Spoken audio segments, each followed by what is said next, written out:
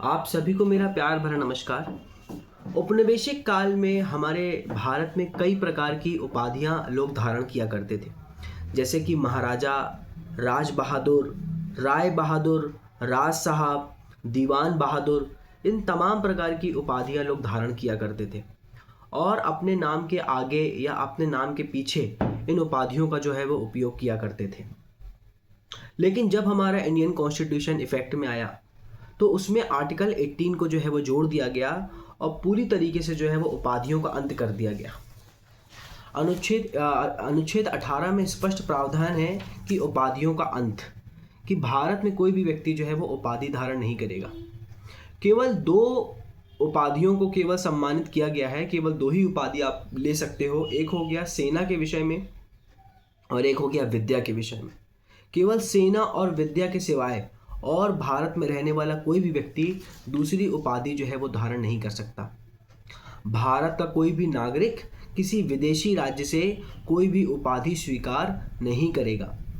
यहाँ तक कि कोई व्यक्ति जो भारत का नागरिक नहीं है, ऐसा कोई व्यक्ति है जो भारत का नागरिक नहीं है, मतलब फॉरेनर है, लेकिन हमारे भारत में कुछ किसी लाभ या विश्वास के पद को धारण किया हुआ है, यदि वो अपने विदेशी राज्य से भी कोई उपाधि लेना चाहता है और यदि वो भारत में जॉब कर रहा है तो उसको भारत के राष्ट्रपति से पहले परमिशन लेना पड़ेगा। साथ ही साथ राज्य के अधीन लाभ या विश्वास का पद धारण करने वाला कोई व्यक्ति विदेशी राज्य से या उसके अधीन किसी प्रकार का कोई भेंट उपलब्धि ले सकता है, लेकिन उसको राष्ट्रपति से बिना परमिशन के वो इस तरीके का कोई भी भेंट उपलब्धि स्वीकार नहीं कर सकता। कहने का मतलब यह है कि ऐसा कोई व्यक्ति है जो राज्य के अधीन हमारे भारत में किसी लाभ या विश्वास के पद को धारण किया है, कोई भी व्यक्ति जो किसी विदेशी राज्य से, है ना, कोई भेंट या उपलब्धि ले सकता है, लेकिन उसको उसके पहले जो है वो राष्ट्रपति से परमिशन लेने की ज़रूरत है। यदि मैं यहाँ पर आर्टिकल 18 की बात करूँ तो आर्टिकल 18 जो है ये निर्देशात्मक है। यदि आर्टिकल 18 का उल्लंघन होता है तो किसी प्रकार का कोई पनिशमेंट का प्रोविज़न नहीं है। हालांकि निर्देशात्मक है और इसमें किसी पनिशमेंट का प्रोविज़न नहीं है, लेकिन यहाँ पर संसद को पावर है कि संसद चाहे तो नियम बनाकर आर्टिकल 18 में क्या कर सकती है, दंडात्मक प्रावधान को जो है वो जोड़ सकती है।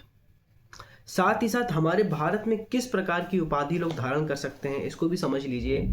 1996 के बाद से जो है वो कुछ उपाधियों को जो है वो आर्टिकल 18 में जो है वो शामिल कर दिया गया था, जैसे भारत रत्न, पद्मश्री, पद्म विभूषण, परमवीर चक्र, महावीर चक्र, अशोक चक्र।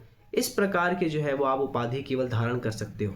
लेकिन उसके बाद भी इसमें भी कुछ रिस्ट्रिक्शन है कि यदि किसी व्यक्ति को इस प्रकार की उपाधि मिलती भी है तो वो अपने नाम के आगे या अपने नाम के पीछे इस प्रकार के जो शब्द होंगे, उपाधि होगी, उसका उपयोग नहीं कर सकता।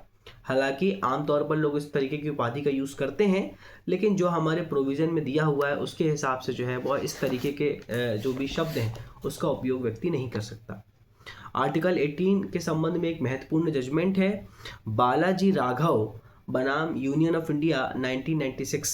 इस केस में माननीय सुप्रीम कोर्ट ने डिसाइड किया था कि राष्ट्रीय पुरस्कार अनुच्छेद 18 के भीतर उपाधि के समान नहीं, और न्यायालय ने यह भी निर्धारित किया कि राष्ट्रीय पुरस्कार जो भी मिलते हैं उसका उपयोग, वो मतलब जो भी राष्ट्रीय पुरस्कार मिल रहे हैं, भारत रत्न, है ना, पद्मश्री, पद्म विभूषण, इस उपाधि का जो उपयोग है आप अपने नाम के आगे या अपने नाम के पीछे नहीं कर सकते।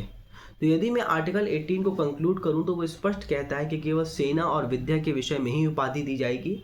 उसके अलावा किसी भी दूसरे विषय में जो है वो उपाधि भारत में कोई भी व्यक्ति जो है वो धारण नहीं कर सकता। पहले के सामंतशाही जब हमारे यहाँ जब राजा महाराजा का समय चलता था उस समय लोग अपने नाम के आगे जो उपाधि लगाते थे। अब जब से हमारे कॉन्स्टिट्यूशन में आर्टिकल 18 ऐड हुआ है तब से इस प्रकार की उपाधि को जो है वो अपने नाम के आगे या पीछे आप धारण नहीं कर सकते। धन्यवाद।